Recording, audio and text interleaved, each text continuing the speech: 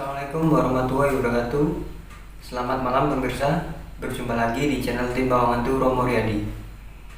Malam ini saya bersama Romo Riyadi. Beliau akan berbagi pengalaman cerita ilmunya itu nuntun ilmu panggon sing dhuwur pemirsa.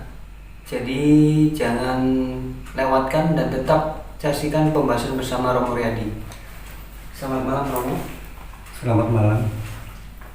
Assalamualaikum warahmatullahi wabarakatuh. Waalaikumsalam warahmatullahi wabarakatuh. Saya Romo Riyadi akan cerita yaitu tentang kisah saya nuntun ilmu panggon sing dhuwur. Begini ceritanya.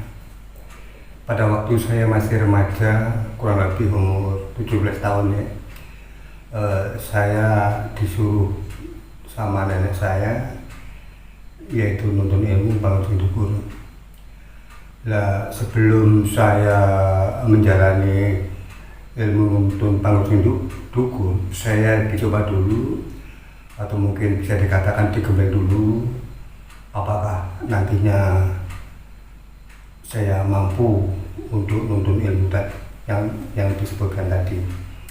Maka pada waktu itu nenek saya menyuruh saya menjalani atau mungkin percobaan selama kurang lebih 5 hari, yaitu di tempat yang sangat tinggi. Lah pada waktu itu saya juga berpikir tempat yang paling tinggi tersebut kira-kira mana ya. Itu di dalam hati saya berpikir seperti itu. Akhirnya saya mendapatkan salah satu pilihan, yaitu tempat yang dukur, yaitu pohon mangga besar dan tinggi. Nah disitulah pada waktu jam 5 sore saya sudah memanjat pohon mangga tersebut. Lah setelah itu sampai saya semalaman di situ, ya kurang lebih sekitar 5 hari ya. Itu nenek saya datang mencari saya. Setelah dia mendapatkan saya ada di pohon, itu saya disuruh turun. Lah begitu saya turun, inilah nenek saya berkata, "Dudu iku le sing panggon sing dhuwur." Loh, lah jare Mbah mau ngongkon putune kongkon nglakoni ilmu yaiku panggon sing dhuwur. Lah aku wis nang dhuwur kok isih disalah to, Mbah? Karepe Mbah iki piye ta? Aku dhewe ora paham.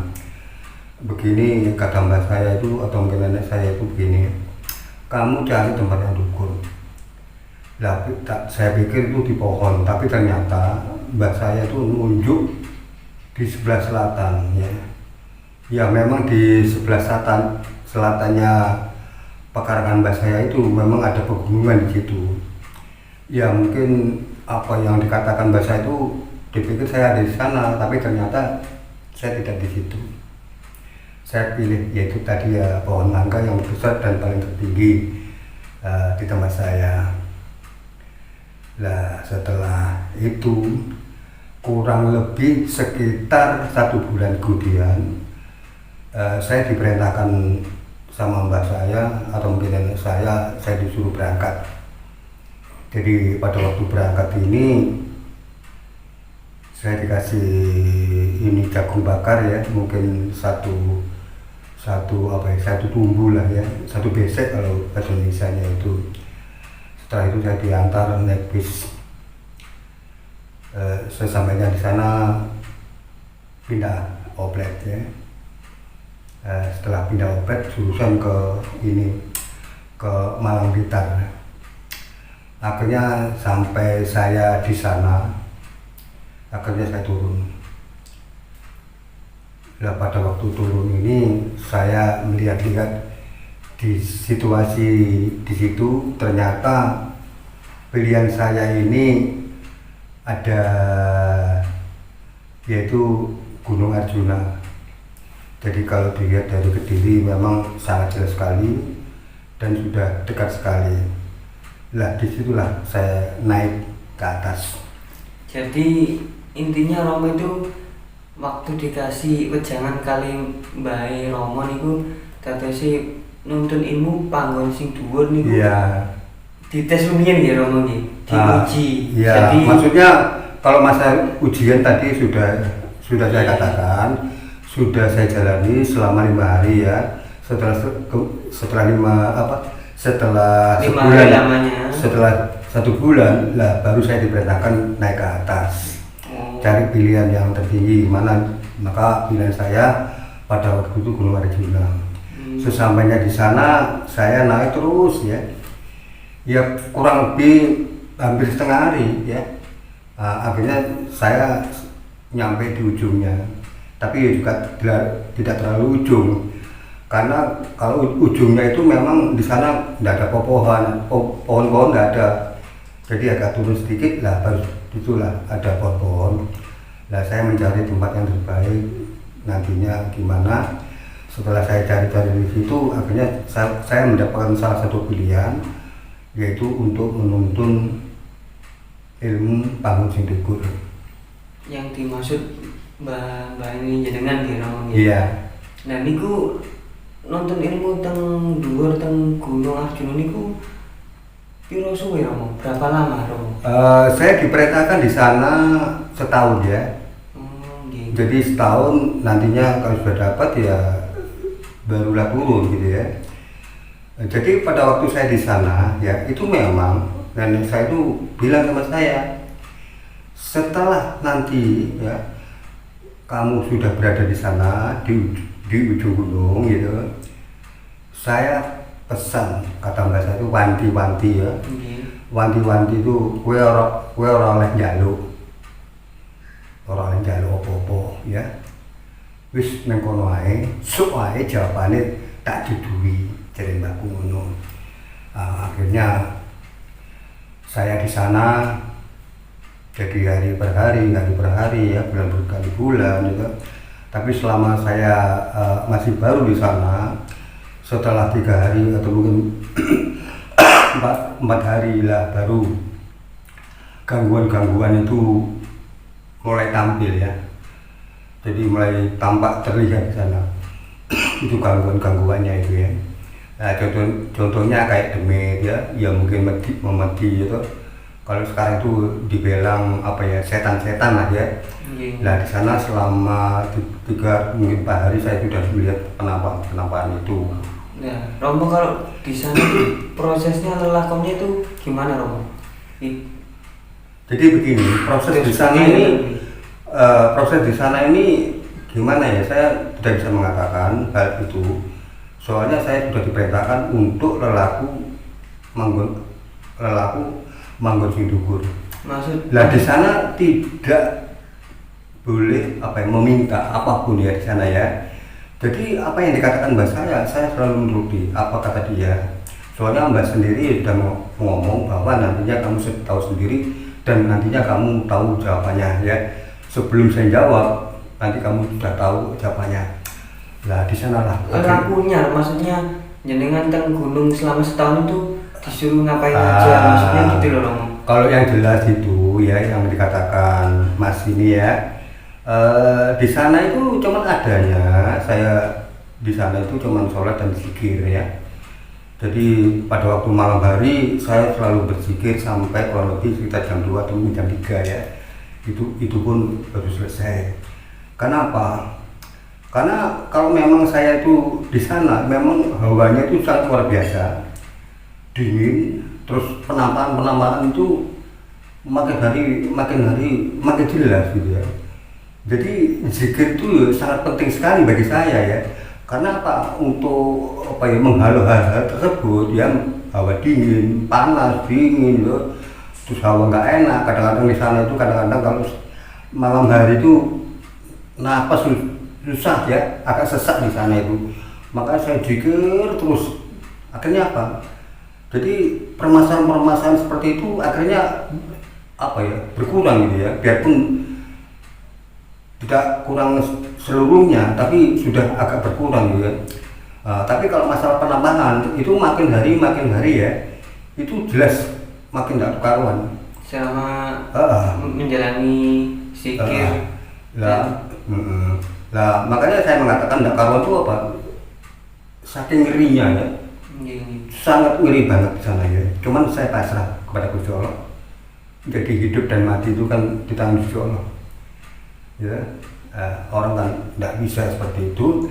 Lah saya langsung fokus kepada Gusti Allah supaya nanti apa itu katakan mbak saya nanti kue rokok jawabannya. Lah masalah penampakan itu ada yang saya takuti ya. Yang saya takut itu macan dan ular ya. Iya kalau ularnya itu kecil nggak apa-apa, ularnya besar sekali ya. Satu kayak ini kayak sebesar pohon jambi ya. Besar sekali sana itu berdiri ya. Jadi selain ada penampakan atau perwujudan selama Romo laku itu ada setan, ada juga makhluk-makhluk seperti hidup seperti hewan atau gimana Romo? Itu seperti makanya gini ya. Jadi kalau sudah saya berada di sana, jadi apa ya? Kayak penampakan tadi itu ya bukan sejenis setan atau gimana ya. Tapi ada yang berwujud seperti hewan gitu ya. Kayak macan, kayak ular besar ya. Nah itu perwujudan seperti itu, padahal semua kan demit kan, semua itu kan setan gitu ya. Jadi saya memang pada waktu itu memang sudah tekad bulat untuk menjalani nuntut ilmu Panggung Sindukur. Makanya hal-hal tersebut atau mungkin penampakan ya memang namanya naluri orang itu kan tidak bisa langsung pas gitu kan gitu. Ya, jadi ya. Rasa takut pun ya masih ada. Cuman ya itu. Jadi saya tiap malam selalu zikir sampai gitu. Itu sampai hari terakhir ya mungkin hampir mendekati 1 tahun. Lah pada waktu mendekati hampir 1 tahun inilah ya itu apa ya penampakan gitu. Itu makin hari makin sangat jelas sekali. Terus apa ya, terus lingkungan situasi di situ gitu ada apa ya penampakan berubah nggak seperti biasanya gitu. Lah di situ. Terus pada waktu yang mungkin bisa dikatakan 1 tahun lah ya, kurang 1 hari mungkin bisa dikatakan seperti itu. Apa ya? Yang biasanya itu di sana kan tidak terang ya.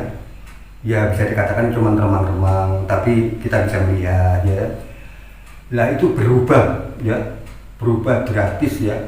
Jadi apa ya, kayak ini keanehan-anehan gitu ya. Jadi yang awalnya itu cuma hanya remang-remang, akhirnya terang. Ya seperti bulan purnama. Jadi kita memandang dekat jauh pun saya bisa melihat sejauh itu ya. Loh, iki lho arepe ono apa to? Itu dalam hati saya, arepe ono apa to? Kok boleh suasananya kok robah banget ya. Lah awal-awalnya kok nggak kayak gini, biasa. Terus mendadak, terus akhirnya menjadikan terang gitu ya. Lah pada waktu suasana sudah berubah terang, akhirnya apa ya, kita merasakan sesuatu ya. Lah sesuatu itu kayak apa ya, kayak tanahnya ini kayak bergerak, kayak mau longsor atau gimana gitu. Tapi malah saya takut sekali pada waktu itu ya, apa mungkin mau longsor atau gimana gitu ya. Tapi saya tetap ya, semua hidup dan mati itu di tangan Gusti Allah. Terus akhirnya saya terus zikir, terus wiritan, terus lah disitulah barulah saya melihat penampakan. Jadi penampakan ini memang sudah beda banget dengan penampakan yang sebelumnya. Itu ya. Terjadi penampakan itu sebelum atau sudah tanah bergetar? Lah kalau penampakan ini yang saya katakan tadi itu sesudah bergetar ya. Jadi setelah bergetar itu baru ada penampakan. penampilan yang sangat luar biasa ya. Itu ada tulisan Arab. Lah tulisan Arab ini tidak bisa membaca saya ya. Ya mungkin ya memang apa gimana ya gitu ya. Panjang lebarnya ayat Iya, tersebut. cuman ya hanya sebagian aja yang mengerti, tapi justru sebagian besar saya memang nggak ngerti ya. Terus akhirnya apa? Akhirnya saya mendengar di telinga saya begini pendengarannya itu ya. Pendengarnya begini. Nek kowe dalanmu bener, panggonamu nang kene. Lho, padahal kene kok adoh banget aku. Nek kowe salah panggonamu nang kono. Lho, lah kok malah hidup. Nah, ternyata apa? Di dalam batin saya, nek kowe salah panggonamu malah hidup, tapi nek kowe bener malah panggonamu adoh. Lah akhirnya apa? Tak delok sing adoh iku surga. Sangat luar biasa di sana, itu sangat apa ya, bagus ya, hening jernih gitu, udaranya pun ya apa ya, tambah enak di sana itu ya. Jadi kalau dilihat dari penglihatan saya sangat luar biasa ya, mungkin tiada duanya lah ya. Jadi di saat Romo dapat bisikan tersebut, Romo dapat penglihatan ya itu tadi surga dan neraka. Iya. Akhirnya apa? Justru saya bilang saya di tempat yang sini, yang jauh. Akhirnya bisikan tadi mengatakan, oh bener ya. Terus akhirnya apa? Bisikan tadi setelah saya menunjuk arah yang di surga, terus tidak lama kemudian ya, ini ada rapalan Arab ya, panjang ya, di telinga saya paham. Oh begitu pokoknya itu. Lah rapalan-rapalan yang ada di bisikan itu sampai saya simpan sebaik-baiknya ya. Soalnya apa? Tadi saya sudah dijanji, nek jalanmu bener panggonamu ini, nek kowe dalam salah panggonamu. Akhirnya apa? Akhirnya saya milih yang terbaik. Lah dari janji-janji itulah ya, sampai sekarang ini saya gunakan sebaik-baiknya gitu ya, di dalam hal apa saja lah ya. Manfaatnya nih pun apa mohon? Kalau selama Romo telah mendapatkan rapalan tadi bisa dibuat apa mawon? Kalau bisikan yang rapalan yang sudah saya simpan di dalam pikiran saya, manfaat damel jenengan itu memang manfaatnya sangat luar biasa ya. Untuk pengobatan, untuk penanganan jin ya, terus untuk pengobatan non medis atau mungkin dikatakan pengobatan gaib. Jadi orang-orang yang kena gaib, gangguan apapun, ya guna-guna ya apa saja ya. Jadi, tapi yang ada berhubungan dengan gaib, insya Allah saya bisa membantu. Jadi selama Romo sudah mendapatkan ilmu tersebut, dapat mengobati segala jenis penyakit yang di bidang gaib ya Romo gitu. Iya. Tetapi kalau penyembuhan ya ini untuk semuanya gitu. Apa yang saya gunakan ini ada satu ya, ada yang tidak tersembuhkan ya. Yang tidak tersembuhkan ini memang dia sudah kodratnya ya. Jadi kalau sudah kodratnya ya, diobati dengan cara apapun gitu, itu nggak bisa, itu sudah kehendak ya. Jadi orang itu kan sudah kehendakkan ya, gimana orang kan tidak bisa berbuat apa-apa ya.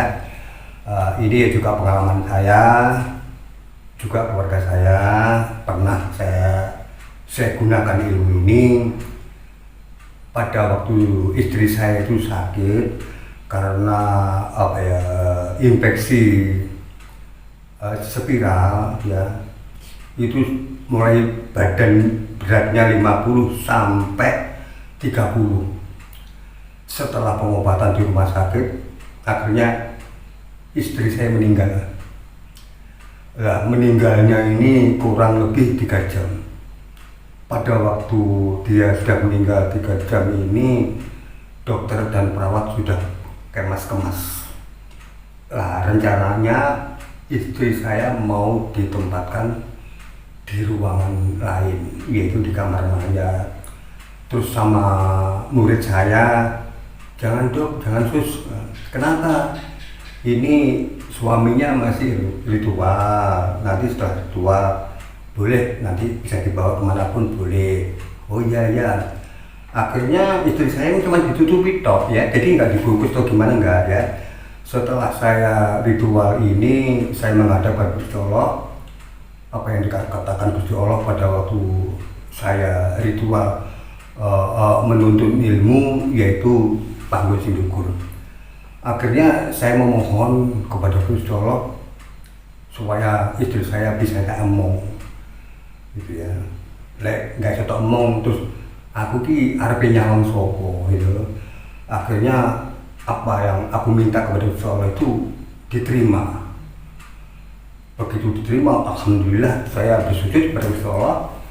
Akhirnya air yang di depan saya yang untuk bahan meditasi itu saya kasihkan kepada anak buah saya, murid saya, suruh netesi di mulutnya itu. Nah, pada waktu dinetesi di mulut itu kan keadaan kan sudah terkunci semua, nggak bisa dibuka. Akhirnya murid saya mencari sesuatu, yaitu sendok untuk membukakan. Begitu air masuk, langsung istri saya bangun, matanya membuka, hidup kembali. Jadi semua itu ya memang dari Gusti Allah. Manusia tidak bisa berbuat apa-apa, cuma manusia itu hanya memohon.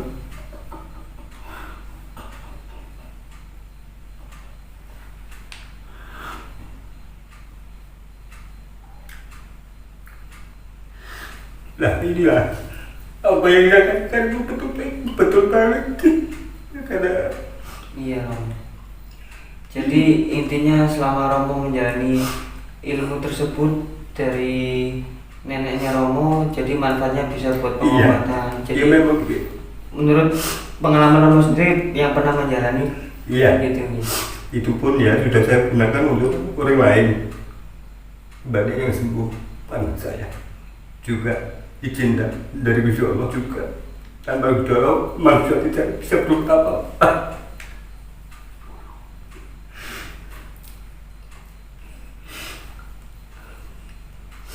Begitulah akhir cerita saya. Kepada pemirsa semua, adik-adik, sobat-sobat, teman-teman, di situ letak apa ya, ilmu ya.